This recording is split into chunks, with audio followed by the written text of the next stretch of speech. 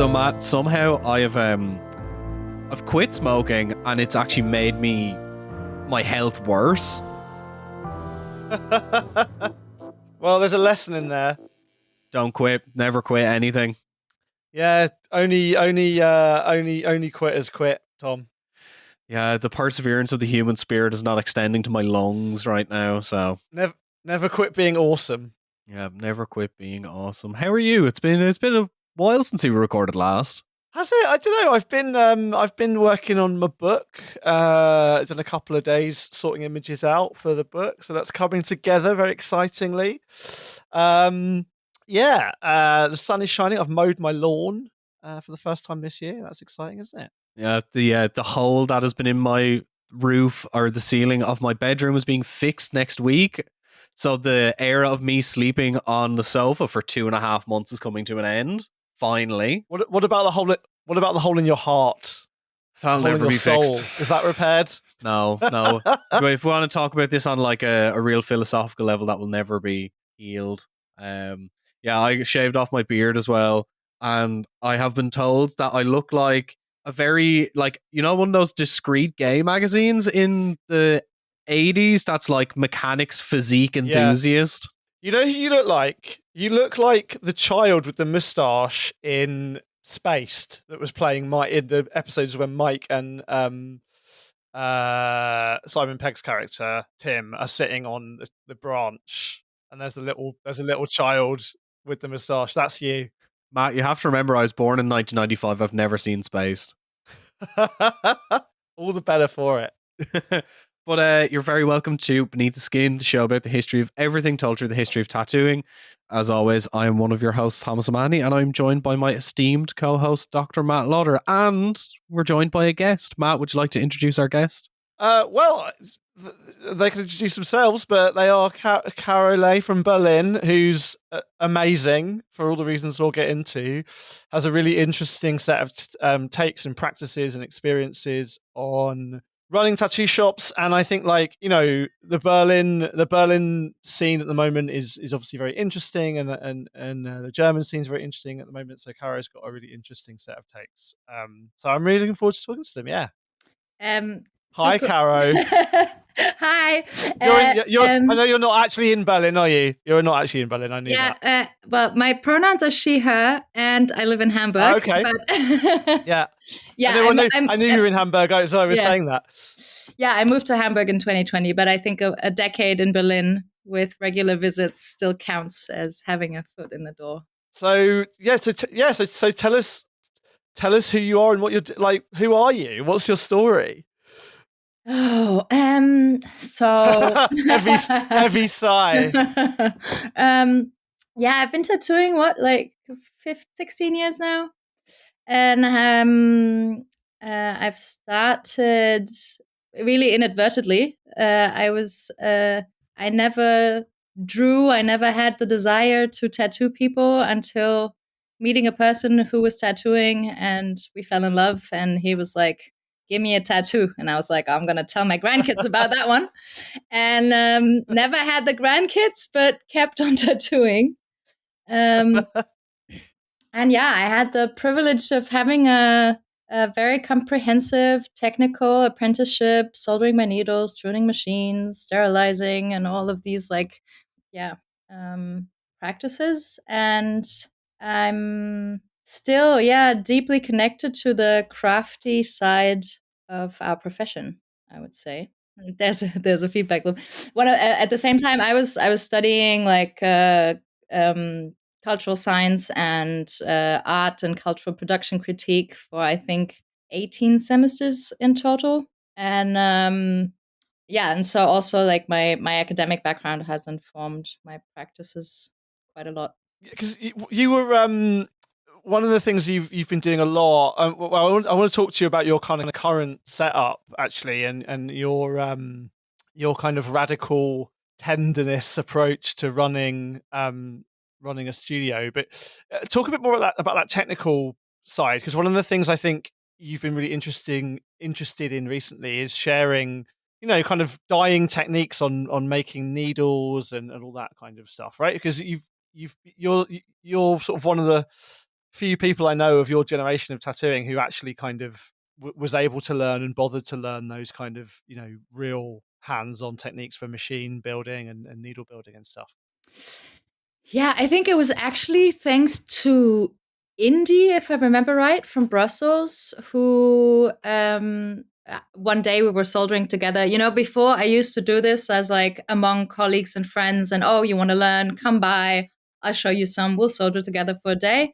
And then Indy was like, why wouldn't you be interested in setting up like a little workshop so I can invite some people? And then that's how I started like giving a bit more formalized workshops. And it's actually interesting because before I was always like putting the word out like, hey, if anybody wants to learn, I'm really happy to share. And like for me, I come from like a DIY squat background. So I've not necessarily thought about like making money off these workshops. For me, it was like, yeah, we're in this together. Let's do this. Let's exchange. And I really love like this sort of technical shop talk, like, oh, wouldn't you try this spring on that machine? And don't you think that this will work? And it's, yeah, I'm quite sad, I would say, that that nowadays this has become less and less possible because people are lacking the knowledge.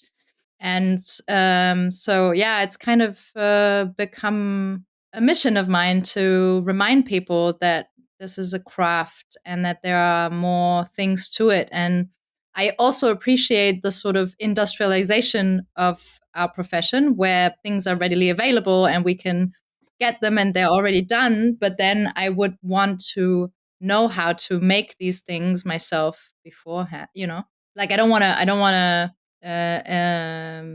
I'm not against any part, like I think this whole discourse, and I think this is something that's on my mind. It's been on my mind lately a lot.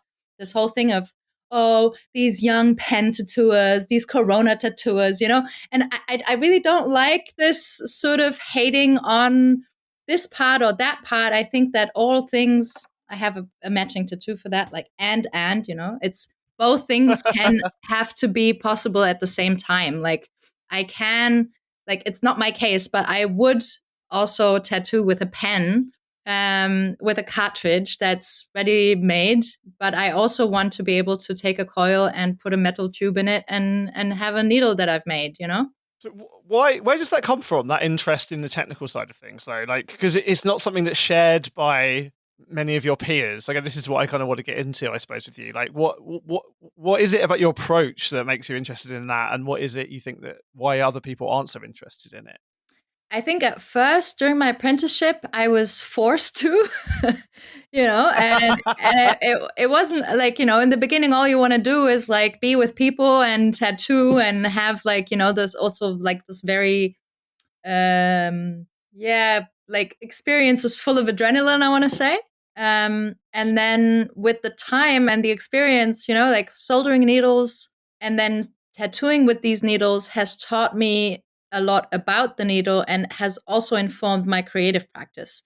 It's not like these are two things that exist independently from each other. Like I look at a needle and then sometimes, and what I really like is actually like, this is another thing, like I think a lot of my work is error based. I really appreciate the errors and I do not want to I don't want to imitate any other medium. I want to make the medium, the needle in the skin, very visible in what I do. And so if I make a needle that's maybe not perfect, it will have a certain scratchiness or a certain effect. And then, changing the angle a little bit. And then this will happen. And you're like, oh, wow, I have an effect that I've never seen before.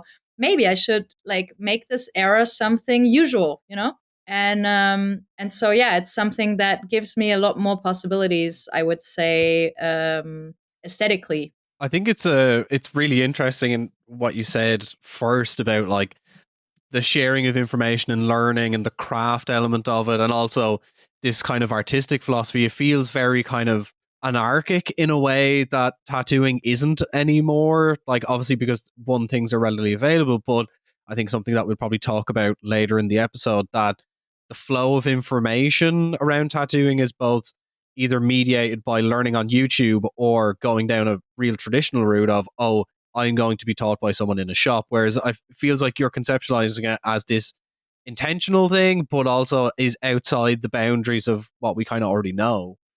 Yeah, my question would be, has this ever existed? I think information in tattooing has always been notoriously difficult to get a hold of. And to meet a person who is willing to mentor you, and not only mentor you by saying, here's a machine, now go at it, because this is also a lot of the apprentices I have seen have learned like that, actually by themselves, and then maybe getting a little information here and there, but they had to work for it. And yeah, coming from this like squat culture, DIY, anarcho political background, yeah, this is definitely something that has influenced my way of sharing knowledge and teaching. And right now, and it's really interesting. And I think, I just turned 40, and right now I'm like, is this really how like good tattooers become themselves?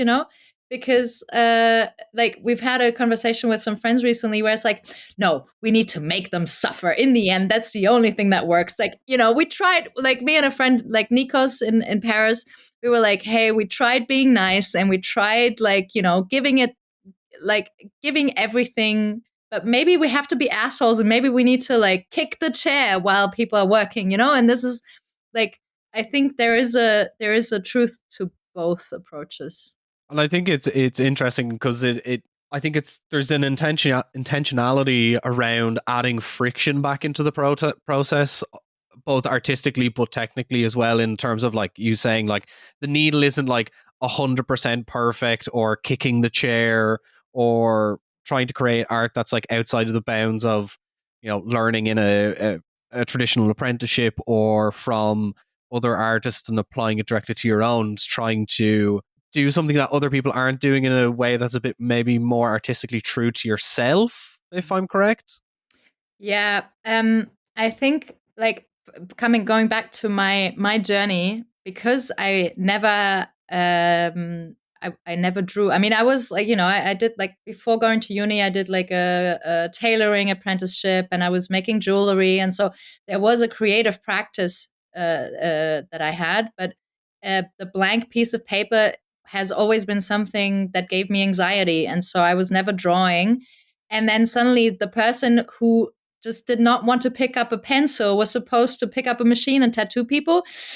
Like, there was a huge challenge to my self-confidence, and I felt like a total fraud. And I was like, why am I the person that gets to have this apprenticeship and that gets to do these things, when really I'm just shit, and and at the same time, my mentor was always already doing like abstract stuff. And I was always saying, it's about composition and good taste, and not about the for me, well, in that sort of graphic tattooing, and not especially about the capacity of figurative drawing or realistic drawing.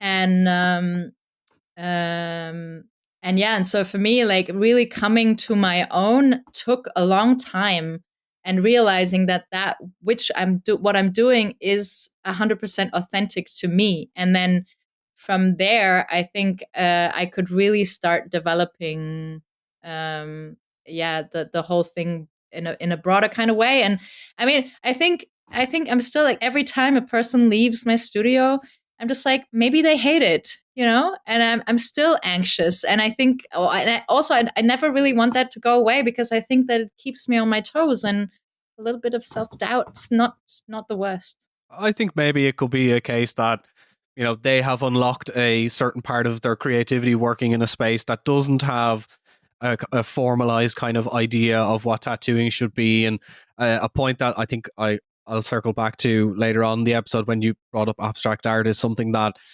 for anyone listening, I do want to talk about it, that like abstract art and tattooing is something that like has weirdly become formalized in and of itself, which has kind of created this weird paradox. But Matt, you seem like you want to say something, so I'll hand it back to you. Yeah. This is sort of brings up so many things that we've been talking about and thinking about, stuff we talked with Adam about, for example.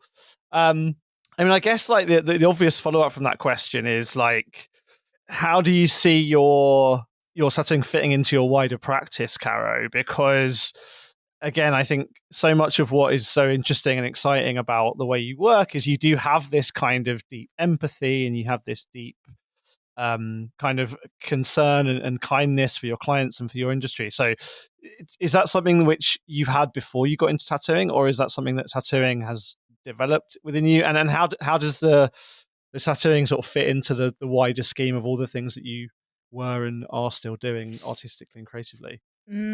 So like when I started dating my mentor back in the day, he really wanted me to become a tattooist. He really wanted to have a tattoo wife, after like I mean inspired by the Lue family, there was a thing of like the nomading hippie traveling and the being outside of the biker sort of frame and tattooing and doing this together. And I think it's when, and like I said, like the drawing part was not what got me into it, but then being with him during sessions and really heavy, painful, full black, like 6-7 hours, and seeing people in pain, and also hearing from him what people would share. And I was like, what? Like, you just met this woman and she told you about how she got raped? Like, I was really like, I didn't believe it at first. And it was the level of intimacy that I wanted to have with people. And my dad had died like a year and a half before that. And I felt that with tattooing, I had found a tool to access my pain and to be allowed to suffer, because I felt quite alone with that. Like, yeah, you can talk to your friends, but nobody really can get to that sort of pain with you. But tattooing and the blood and the physical sort of relief that comes from it was able to get me there. And I think that through experiencing physical pain in that way, I also got a new way and a better way to deal with my internal pain. And I think I was always very fascinated with psychology and human nature and a deep, intimate connection with people. And so all of this kind of came together. And yeah, like you said, like I continue using radical tenderness as proposed by La Porta Nostra, and I'm really inspired by this concept. And I think like it was something that already existed in my life before, but then once somebody mentioned it to me, I was like, yeah, that's exactly what I'm about. And I think that like having empathy and kindness, and that's what I really appreciate about the radical part. It's not only about being nice, it's also about being brutal. And it's also about it's taking responsibility for the brutality, whether that's physical or it's in your honesty, it's in feedback questions. And I really love people's stories. I think that I'm best when I get to translate a story and a feeling and these cosmic connections into a piece of, yeah. I don't know if we call it art, Matt. I don't know about how you would see it, but that's a whole nother episode. I actually saw La Pocha Nostra perform a couple of weeks ago in San Francisco. La Pocha Nostra with Annie Sprinkle, which was quite an evening, I have to say. I was a little bit envious, I have to say. It was, but I was thinking about you actually, obviously, while I was there, because I know what an important part of your, the kind of language you use to talk about what you're doing it comes from their work. I mean, you did a workshop with them, right? Yeah. I was studying. Can you talk about that? I was studying in Barcelona at the Museum of Contemporary Art, and I did like a sort of this whole cultural production critique master's there.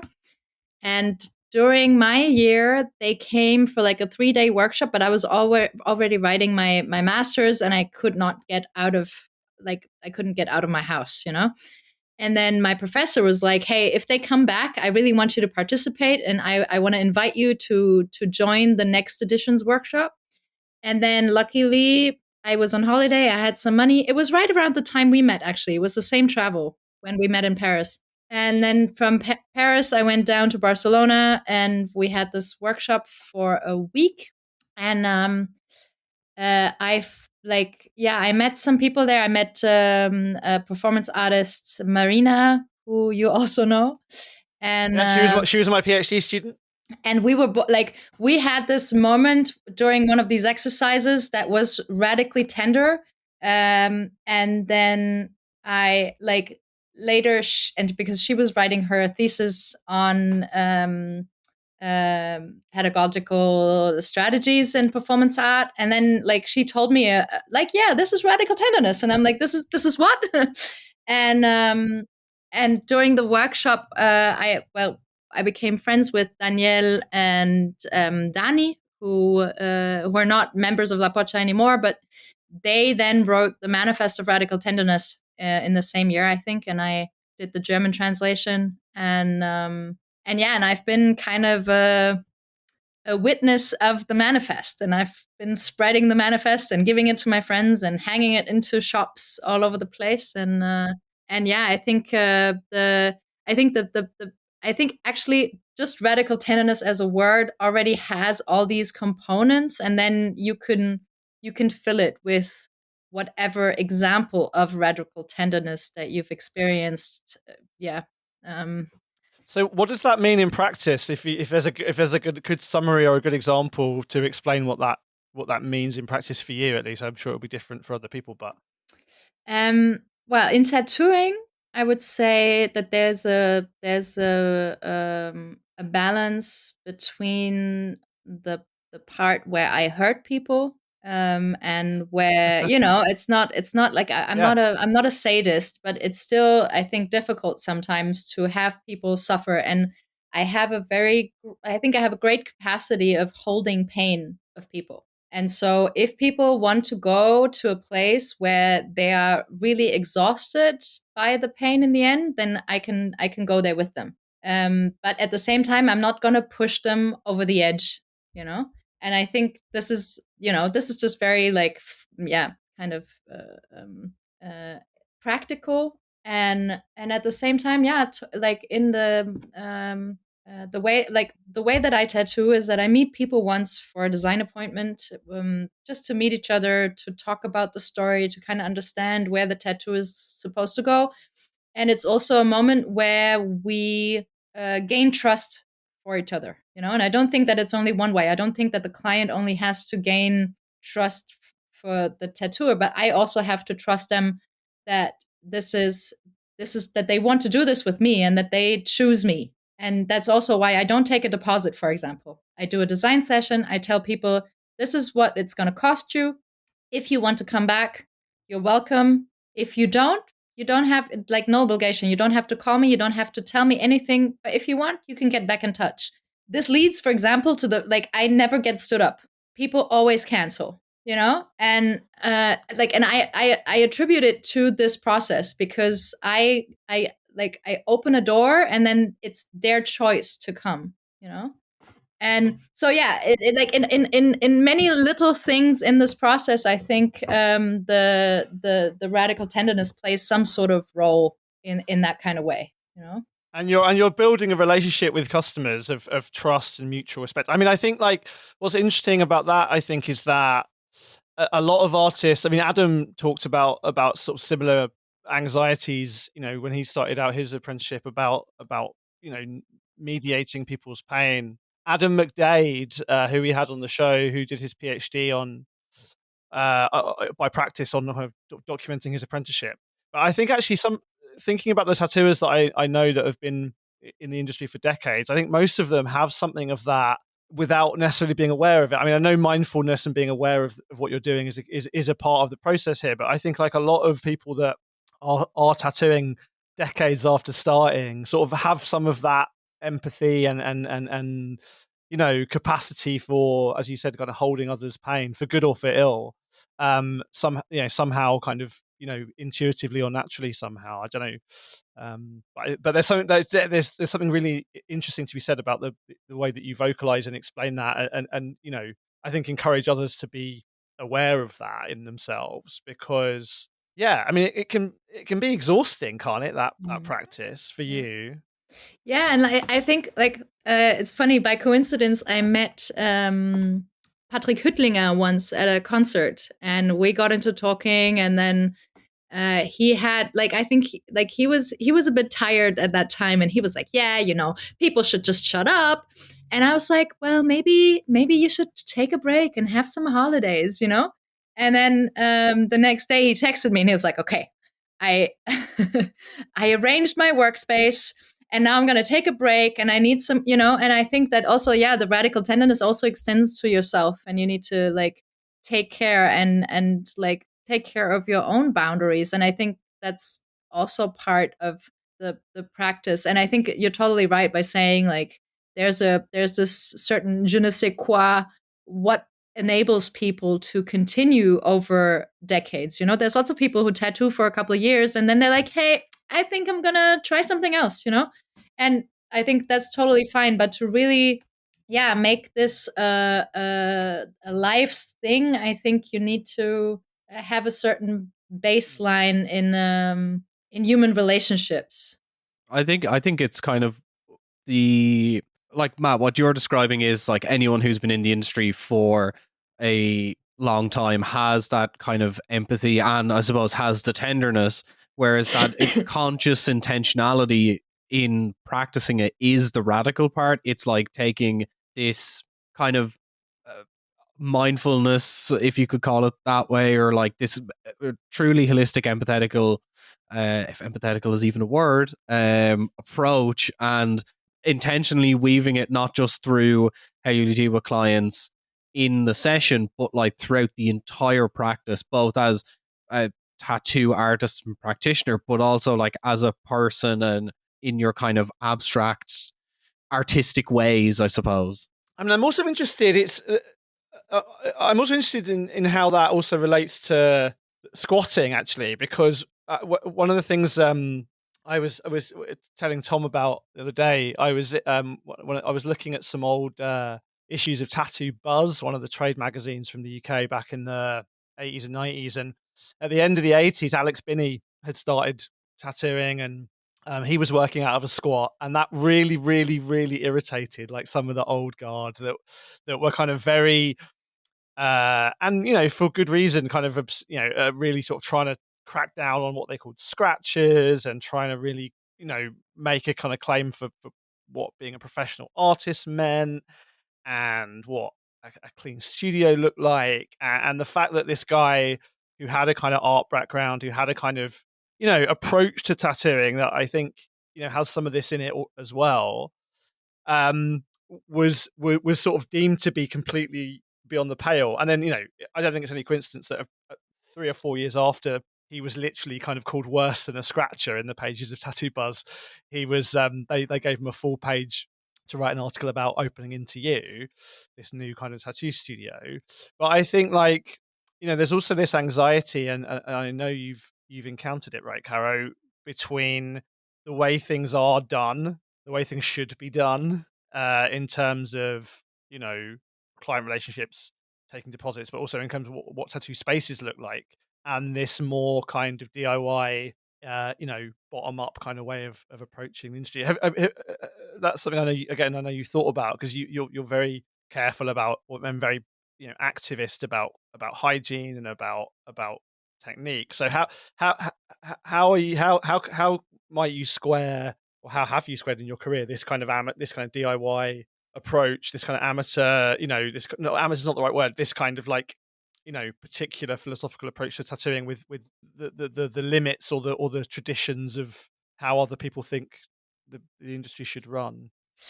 Well, I think I have seen more hygienic errors done in tattoo shops than in squats. I think, well, like we like saying, there's no technical determinism, and it's about Yeah, your knowledge and applying knowledge. So if you know how to be clean, you can be clean in a kitchen. It will take you a full day of cleaning and arranging and disinfecting. But I think that a lot of people go into a tattoo shop and they just assume it's clean because it's a tattoo shop. yeah. And there's yeah. era. But yeah, I think, I mean, my mentor was really adamant about not working in a tattoo shop and not being part of the scene and not being part of tattoo magazines and all this sort of industry. And then when we separated, I had a friend who was working in a shop around the corner, and I was like, hey, maybe I'm ready to take my practice into a studio, because I mean, I had already been working for 7-8 years, I think. But I was quite scared that it would take away from the intimacy and the relationship that a private space enables better, I would say. And that's for sure true, but also to find the trust in myself that I can create intimacy and I can hold space also in a studio. And I think that it is different, but it also taught me a lot of things going to work in a studio with colleagues, and also like, yeah, having this team experience with the joy and the problems.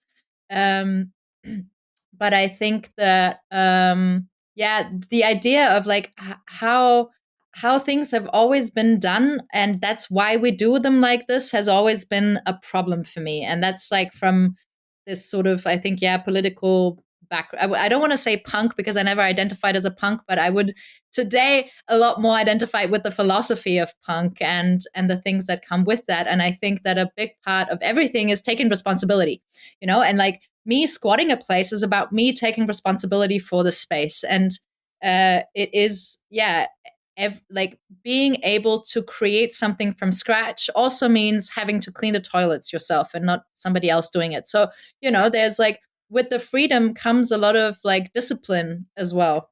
And that is proper what is meant by DIY, right? That is the kind of do it yourself attitude. Like, actually do it. You actually have to do it. Yeah. And that's also my problem today, because I do appreciate DIY, but I don't appreciate people just doing things and just tattooing without asking the proper questions before. And especially in terms of hygiene, like, I mean, it's done for piercers, but the APP has a $25 amazing class on hygiene. So there is no excuse of not knowing. Like, it has been provided for you. You do not even have to research or read a book. Like, it is there in really simple terms as well, done for people who do not have an academic background. And I don't know, I have some like medical microbiology books that I went through. And that's where actually like me studying philosophy came in really handy, because reading a text where I understand only half the words, no problem, Hey, are you enjoying the show? If you really like Beneath the Skin and you want to help support us, you can do so on Patreon. For little as £5 a month, you can help make this show possible, help us buy research materials. So if you like the show and you want to support us, consider kicking us a few quid a month, and you'll get everything from bonus episodes to Q&As, and you can even vote on what tattoo I'll get when we reach a certain subscriber count. Matt, have you got anything to say? You should really definitely fund the Patreon, because tattoo history is massive, right? Deep, wide, complicated. We're covering some big hit topics on the main feed, but on the Patreon subscriber-only feed, we'll be getting into some really more interesting, niche, deep topics you don't want to miss out on. And honestly, the chance to kind of decide what Thomas gets on his body is probably just a once-in-a-lifetime opportunity. Subscribe, chuck us a few quid. Don't miss out on this chance to ruin Thomas's body forever. I was going to say that I think your whole approach to like tattooing and squats versus studios, and the kind of defining of what space means and what constitutes like a space tattooing suitable for tattooing. And I feel like people are going to roll their eyes at this, but it's extremely Hegelian in a way. It's creating this dialectic between like what is a tattoo space and what isn't, and is kind of come back to that like radical tenderness, is that intentionality of like you are defining the space yourself as well. And I wonder, you mentioned kind of the DIY thing of what are really the boundaries of kind of what you should do yourself and what you shouldn't do yourself. I think, like if people want to tattoo themselves in their home, they can do whatever they want. And I don't judge any like shitty tattoo. Like, I think that there is a dimension to the tattoos that go way beyond the visible, and whether it's good or bad tattooing, And I find, I mean, that's also another question I think of, like the visual history of tattooing over the last 20 years. Maybe we can talk about that later. But then going from, I picked up a tattoo machine on eBay and now I'm going to give all my friends hepatitis B, yeah, I have to say, like, I would judge that and be like, yeah, maybe don't, And for me personally, that's something where I encourage people, because, like, I mean, imagine, like, how bad would you feel if somebody came up to you and be like, hey, you gave me hepatitis? I don't know, If somebody came up to me and said, hey, I don't like the tattoo you did, okay, yeah, it's a shitty first tattoo, and maybe we can do something about that later, But yeah, I think there are things with different consequences, and that's important. And it's, like I said, like, hygiene classes are really affordable, available, like everybody can do them. And I mean, I live in Germany, in the land of the of the DI norms, and we don't have regulation on hygiene, and it's just like freaking me out, Yeah, well, we talked to a materials chemist the other day about tattoo inks, and how even the ones that have labels on them, what's actually in them is not what's on the label. So this is a Who global did you talk problem. to? This guy from a university in the US who recently did some spectroscopic analysis of, like, commercially available tattoo ink brands, and their studies revealed that, like, what was actually in the inks didn't match the labels, like, in nearly every single commercially available tattoo ink they checked. Absolutely terrifying. I mean, I wonder, like, this also brings up something that I was thinking about yesterday, about the responsibility of the client as well, because so much of this is about relationships, right?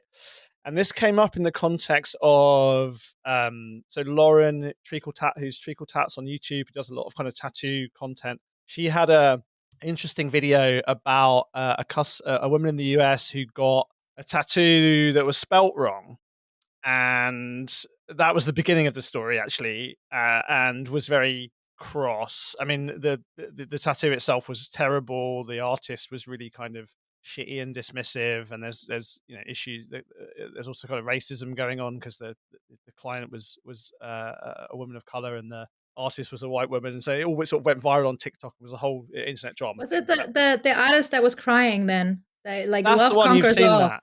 Yeah, That's yeah, the I one. see. And I Yeah. also saw the tattoo, and the spelling is not the problem.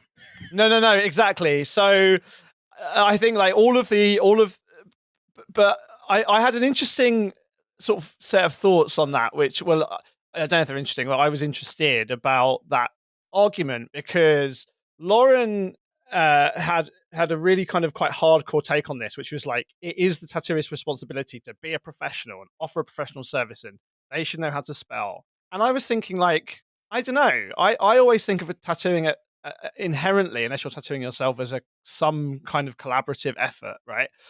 And I think if the tattooist has, like, shown you the stencil, if you then produce a good tattoo of that stencil, you also have some responsibility in that. And I think, I don't know how that fits. What your take on?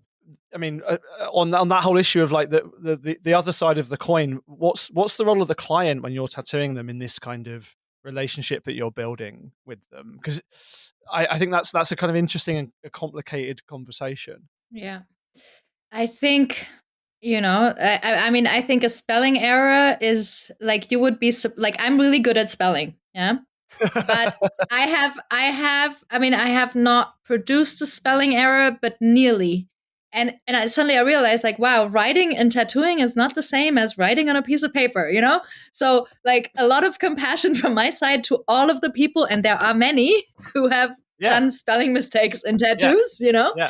This is Matt subtly taking a dig at me, because I notoriously am a terrible writer. It actually wasn't that, but it will be now. You can. But I think it is really, like, or it would be my goal to enable people to take as much responsibility as they can in the process, because I also think that it gives them, how do you call it, like, kind can't think of the word right now. I'm sure there's a incredible German compound word that describes exactly this. For sure. Yeah, it like, you know, like they make the tattoo their own. And I've seen once I met a woman, amazing sleeve by one of the best French tattooers, and she was like, yeah, but there is like, here is not the color I wanted, you know? Like, that is really the first thing you have to say about this amazing sleeve that cost you 3,000 euros? Like, wow, you know? So it must have, like, and this for me is like a sign for the whole experience not being great, you know?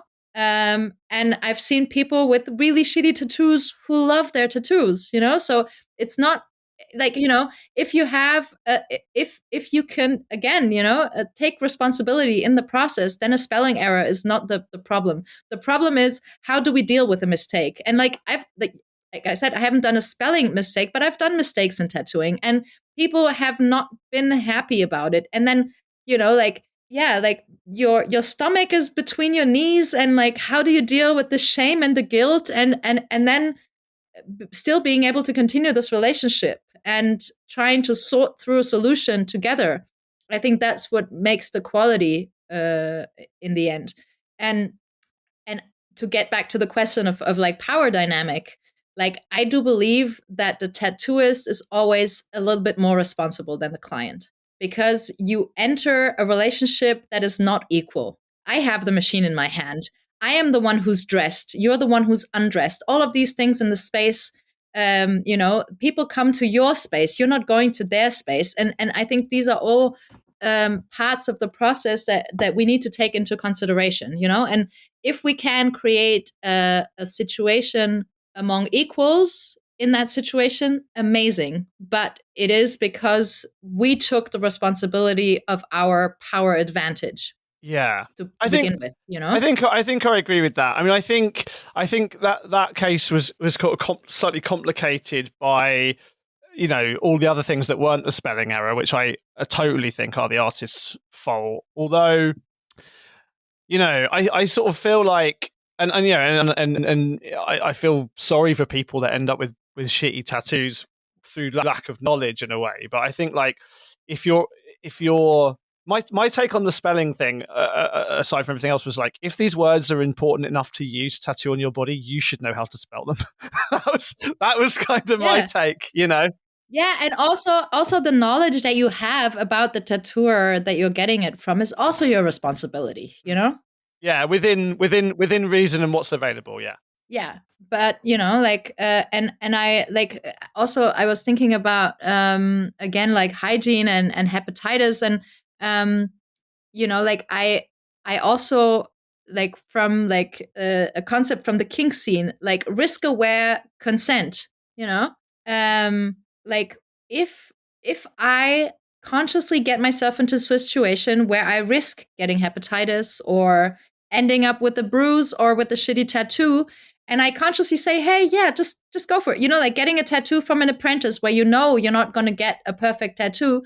You are aware of this, and so you take responsibility for it. And then again, yeah, great for you. I don't want to patronize anybody and be like, no, you should never do this, you know? But the knowledge part is super important. And I think that it is, and I think that this is also like a problem for us tattooers today, that what does people, like, where do people find their knowledge today? It's on Instagram, it's on TikTok. And so it's about like outperforming an algorithm much more than providing real information, or, you know, like showing yourself or the relationships that you build, because these are all things that are not very exciting for the algorithm, you know?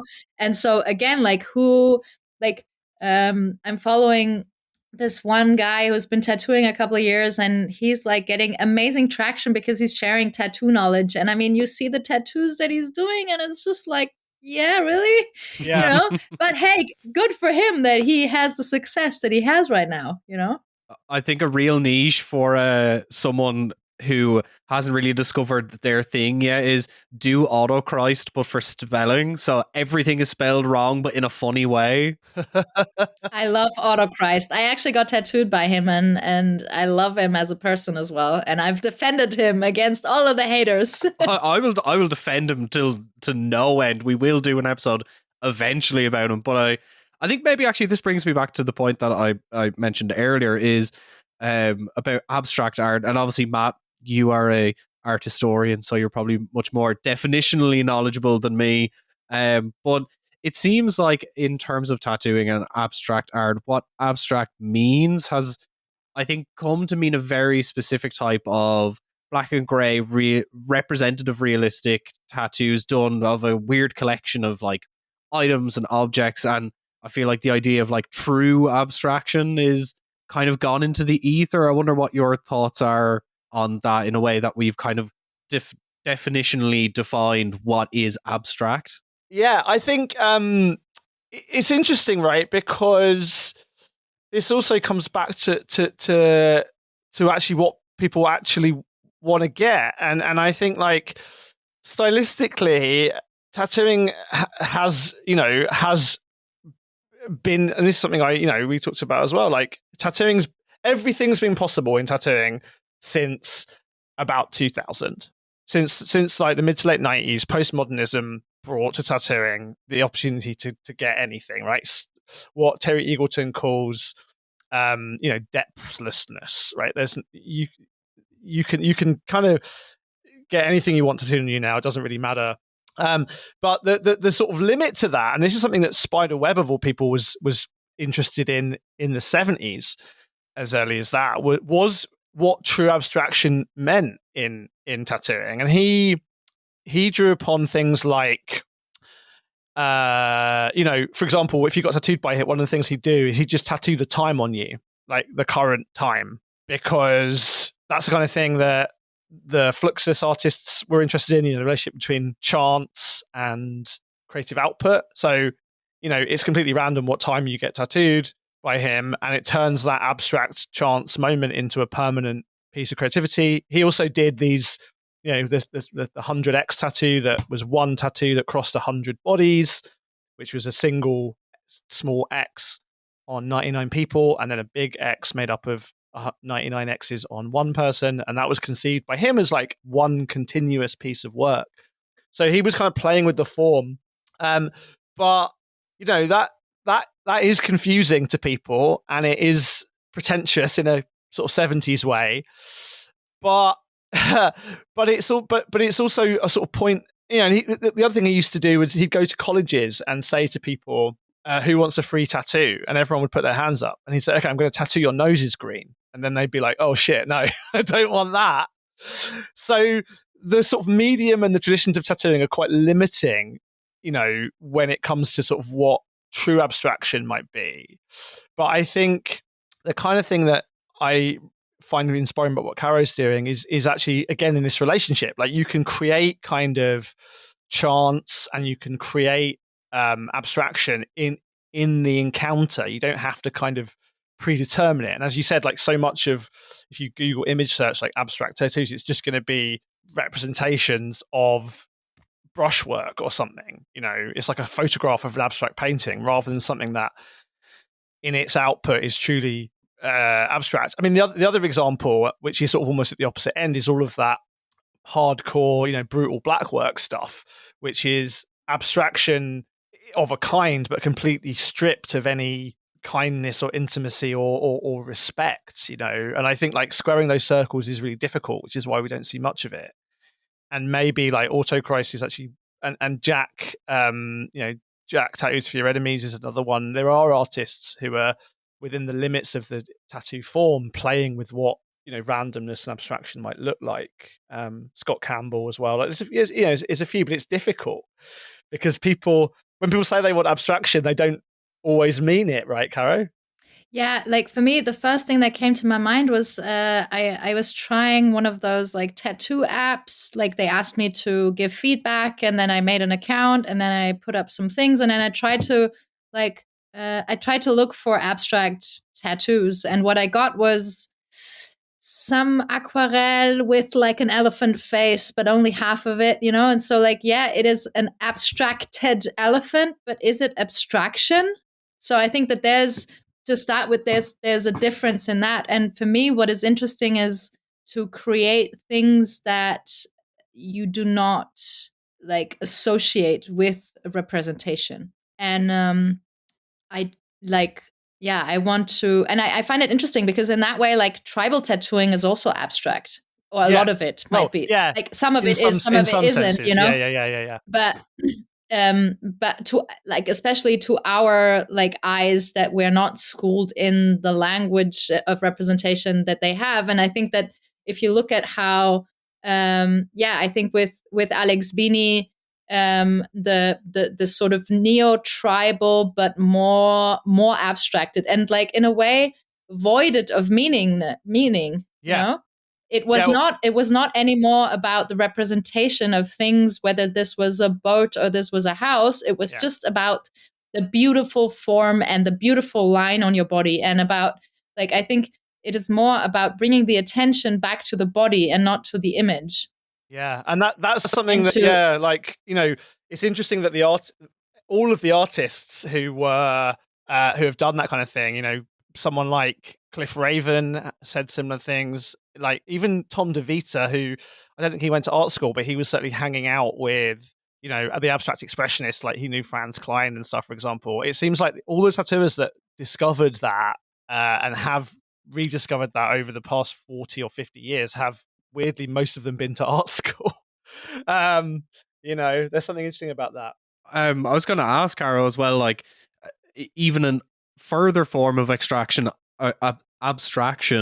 is the tattooing in and of itself being a form of performance of abstract art as well. I want to ask your thoughts on that. Yeah, I was gonna say, like this, because for me, like the time, like that spiderweb tattooed is not that abstract. It's not. It's like there is it is representative, no? But then the question is the randomness of it. Like, where does this come from, and why do we get it? We do it just to get tattooed, and in that moment, the importance goes back to the moment of tattooing, and I think that we can frame the tattooing process as a sort of performance. And it's like, to me, it's interesting because I like with the Pocha workshop, we did a performance at the end of this workshop, and then Marina asked me to assist her in a performance. And then 2 or 3 years ago, I saw this flyer here in Hamburg that was calling for people who had a connection to radical tenderness, and here I am again, ending up in a performance project. And so somehow, like, also inadvertently, I get to have a performance art practice of some sort, and where like, and for me, I called you a performance artist once, and you denied that label. Yeah. Well, maybe I kind of, but this is also a question of self-confidence. Like, am I going to go out there and be like, hey, I'm a performance artist? Yeah, I don't know. But and we did a residency a couple of years ago in Milan, also with people from Studio Strauss in Jerusalem, and with this sort of noise DIY vibe with Servadillo and the Londoner Italians.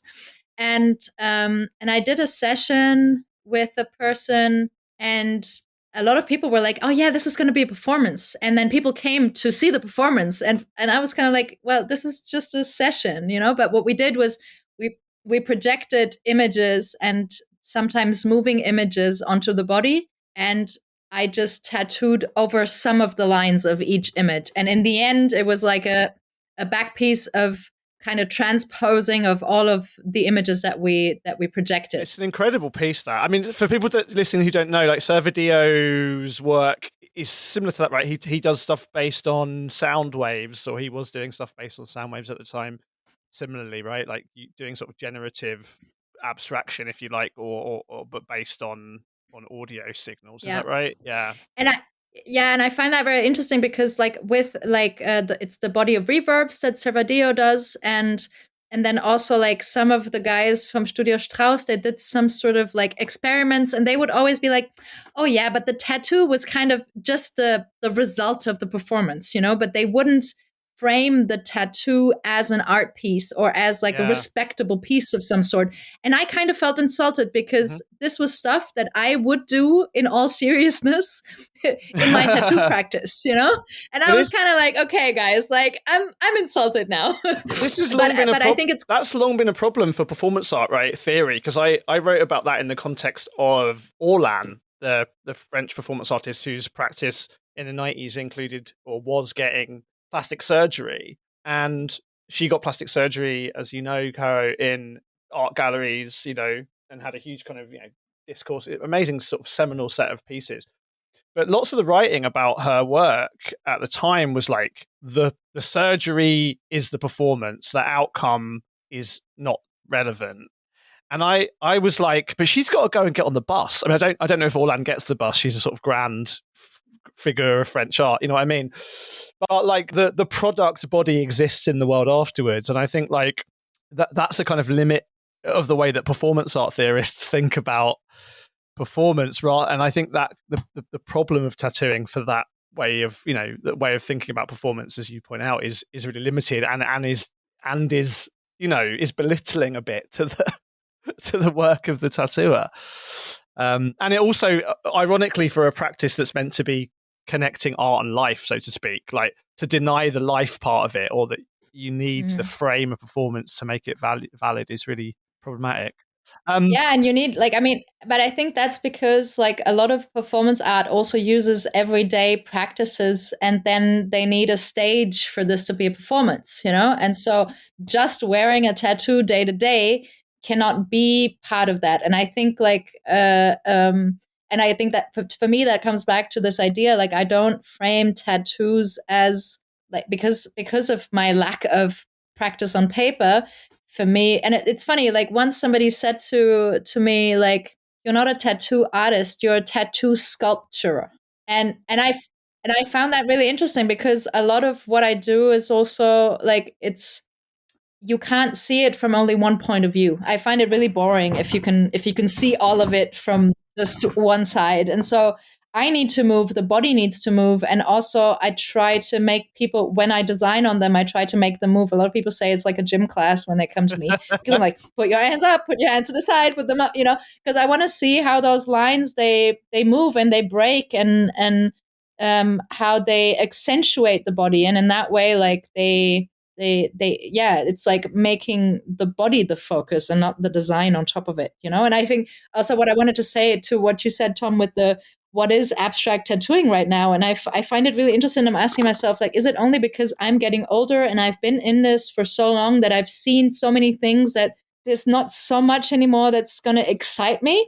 And is it just because of my viewing practice where I'm like, oh yeah, another line going over the arm like this and another brush stroke like that, you know? But I think what it comes back to is also like, what is the meaning?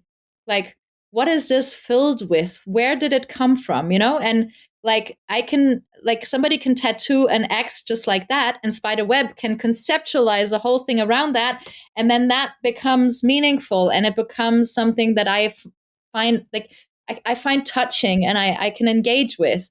And it's this sort of superficial how do you say flat sort of what's this guy's name in Berlin? There's this philosopher who wrote a book on like the culture of flatness, you know, of like how our computer screens and everything. It's, you know, it's kind of like a cultural critique of the superficiality of the moment. But I think that images that are superficial, they can be so deep, you know. And I think that, yeah, who Paul Valéry said,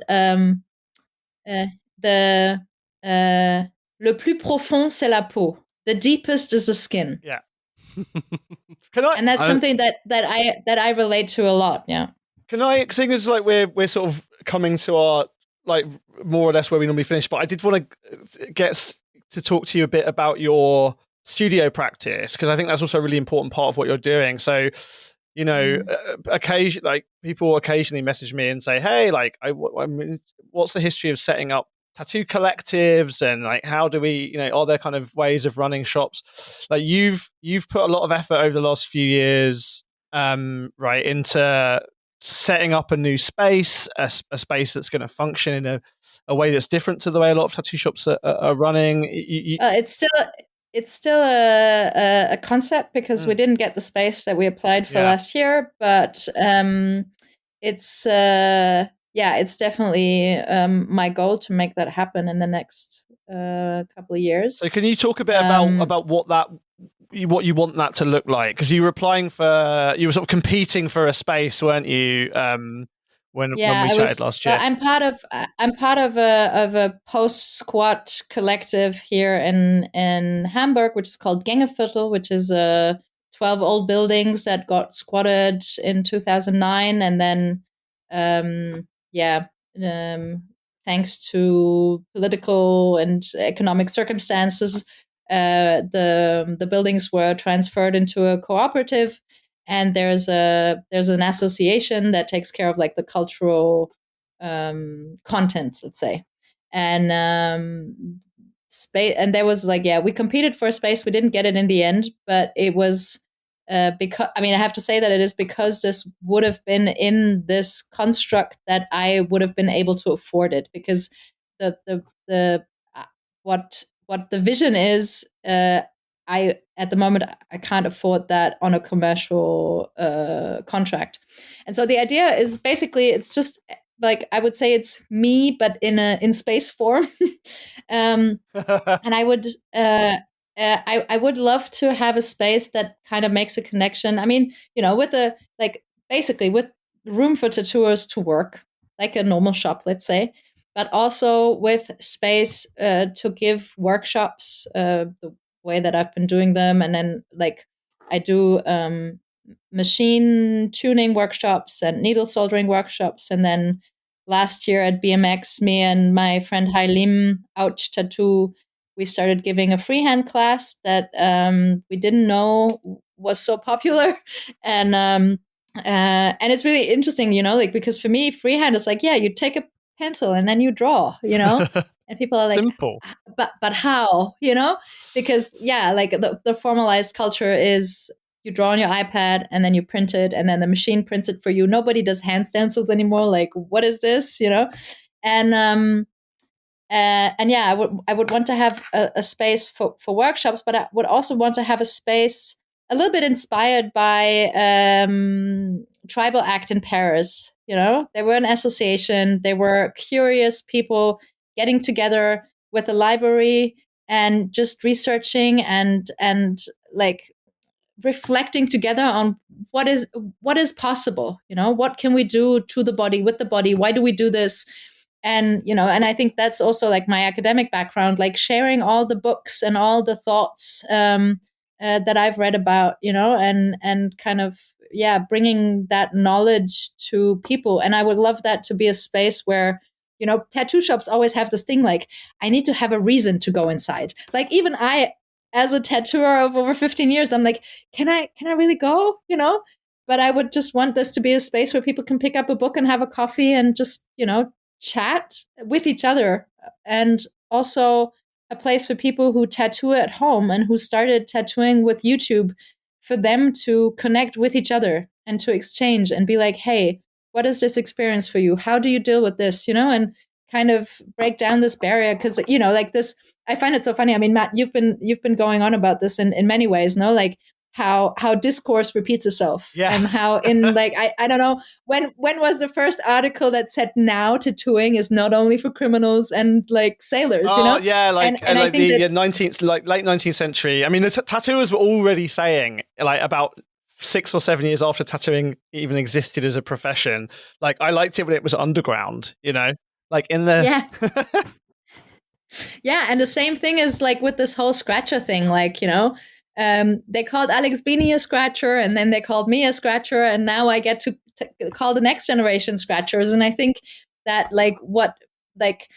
we should much more focus on what unites us, and that's the love of like tattooing and body modification and all of these things, than on who is tattooing where. And I mean, yeah, that's also like this my desire of sharing knowledge and bringing people together much more than dividing them by kind of sort of these like social or professional hierarchies. But I think the difference is, and it's important, and it's something that you talked about already when we've been chatting just now, is like there is a difference, I think, between people who quote unquote just tattoo, who buy the eBay machine, who buy the stick and poke kit and go ahead and kind of recklessly or thoughtlessly start tattooing people, either friends or customers, and the same person who gets hold of a machine, but who has that deep respect and love to want to learn and want to be careful and I think, like as you said, like the line between those two things, it's always been more bright in discourse than in reality. So many incredible tattooers started out with machines they'd got somehow tattooing at home. So many of the best tattooers that have ever lived did that. Yeah, that's what I want to say. Like, just give them some time. Yeah, it's about like attitude. People like. Yeah, but then I think that like this idea of like the perfect apprentice who comes and who's all like hungry and dedicated and disciplined, like being an apprentice also means that you're going to learn these things, and I think that there's always like a period where we have to be a little bit like tolerant, because people are not born with this dedication, and I wasn't. I can say that about myself. Like, my mentor was frustrated with me because I didn't solder enough needles and I didn't do this and I wasn't dedicated. And now I'm like, wow, yeah, he was right. And but I had the chance to learn, and I like and I want to give that benefit of a doubt to other people. And the only way that they're going to get better is by learning something. And how are they going to learn? Like, I mean, I can give them a book; they still have to read it by themselves, But I think, and like, to come to an end about the space, like the next thing, of course, I want to have is like I want to have a workshop. And now I don't have the whole shop, but I just got a workshop that I'm going to start renovating tomorrow. So at least I'm going to have a space where I can do like workshops, and I'm going to like be able to Dremel the shit out of my machines and my frames, and and just kind of have a space that I can be creative and messy and not Dremel in the hallway of my building. My neighbors are going to appreciate that. Yeah. And so I'm starting there now, and if anybody wants to come around, solder some needles with me, I'm in Hamburg. Welcome. And I think as well, I suppose, as a point to finish on, like your art is incredible, both as like tattoos, but as art. And it was something I was going to say earlier on. It like it feels like a tattoo manifestation of, like, you mentioned noise music earlier on, like music concrete as it's like farthest reaches, like the early like Coil albums, like the good Mark Rothko paintings. I know people have argued with me about whether Mark Rothko is good. Like, there's a kind of there's obviously like a kind of tenderness to your tattooing, but I think the starkness of it as well. There was a piece you posted in mid-March that I felt was so beautiful, and I'm sure it has like a very deeply personal meaning to the person who got it and to you as the artist. But as like a piece of art, it's so striking because it's so, like, it is abstract in the pure sense of the terms. And I suppose you're an incredible artist, and I want to thank you for coming on the show. But maybe I'm way off base, but Thank you.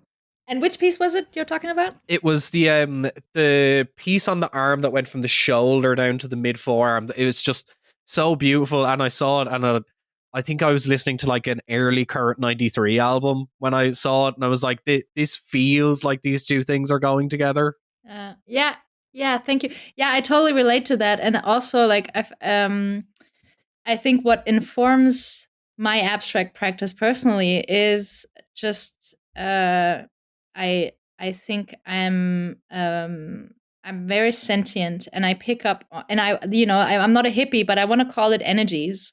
and it is a representation of energies and of flows, and I relate that directly to noise music and all of these things, because I think that they're the same expression, or the expression of the same thing, but in another medium, and I think that, yeah, when we can, like, when is it that things hit deep, whether it's music or an image or a tattoo, it's when they have meaning, when they resonate with us, and I think resonance is something that meets, like, the music. And it's funny, I tattooed a experimental music producer who's also a Reiki master, and I wasn't aware of it, but he, at one point, he was like, are you aware of all of the musical vocabulary you're using when you're talking about, like, the rhythm and the tact, and and I wasn't, but like he made me aware of that, and also of, like, he taught me a lot about, like, managing energies and approaching my tattooing through that angle, and I'm very grateful to him, Fred. Yeah, thank you so much. Metaphors.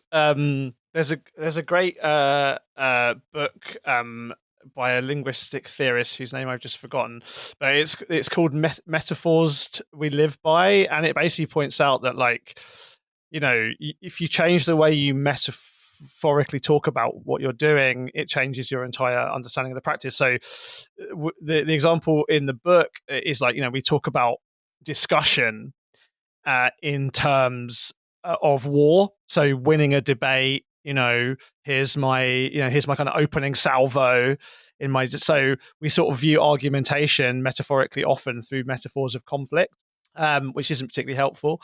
And I think, this kind of metaphorical language about, I mean, obviously a lot of abstract art in art history was conceived of through musical metaphor, from back to Kandinsky. So it's really interesting to, like, you've not stumbled across, but you've been sort of using that language to describe what you do without it being deliberate. Mark Johnson and George Lakoff are the authors of that book, Metaphors We Live By. Really, really interesting book about how the words we use to describe what we're doing have a kind of framing effect on how we understand what we're doing.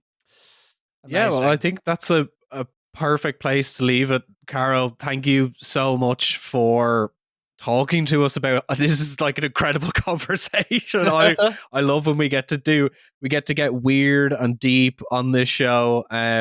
If you want to find Caro and get tattooed, or hang out in a cool collective space, all the links will be below in the description of this episode. And also, we have to thank all of our patrons at the £10 and above tier.